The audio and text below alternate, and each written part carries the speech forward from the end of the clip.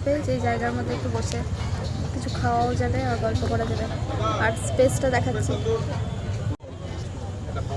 এই যে এরকম স্পেস, মানে এত গাড়ি, মানুষের থেকে গাড়ি বেশি। হ্যাঁ, মেলাই বসেছে। আমি দূর দূরান্তে শুধু গাড়ি দেখতে পাচ্ছি, এত পরিমাণে গাড়ি। তুই এই দোকানটা আগে এসেছিলি? তাহলে একবার তুই সরলা কাবাব খেয়েছিলি? ও,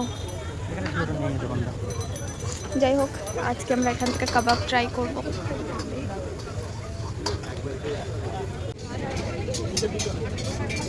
এইটা নি, স্টিকটা নেবো। আমি এটা খেতে চাইছি শুধুমাত্র একটু ঠান্ডাটা কমার জন্য। ঝাল নেই তোরে। এটা হচ্ছে রেশমি কাবাব। কেমন খেতে? দারুণ। আচ্ছা, খাও।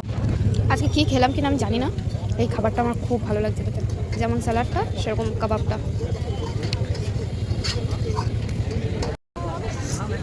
আমার যা ঠান্ডা লেগেছে, এই গরমে আমি যে পরিমাণে আইসক্রিম খেয়েছি, ঠান্ডা লেগে গলা বসে গেছে। আমি তো কিছু খাবো না, তাও একটা কোল্ড কফি অর্ডার করা হলো।